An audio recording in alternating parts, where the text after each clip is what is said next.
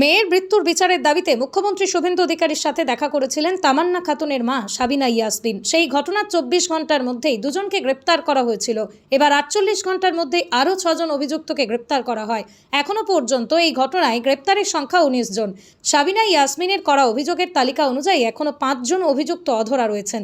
সম্পূর্ণ ঘটনার তদন্ত করেছে পুলিশ। কালীগঞ্জে গাড়ি? হ্যাঁ কালীগঞ্জে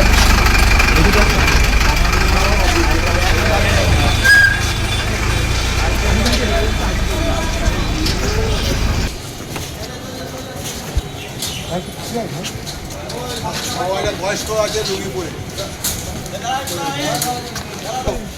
দাঁড় করাও। এদিকে এদিকে এদিকে তাকান।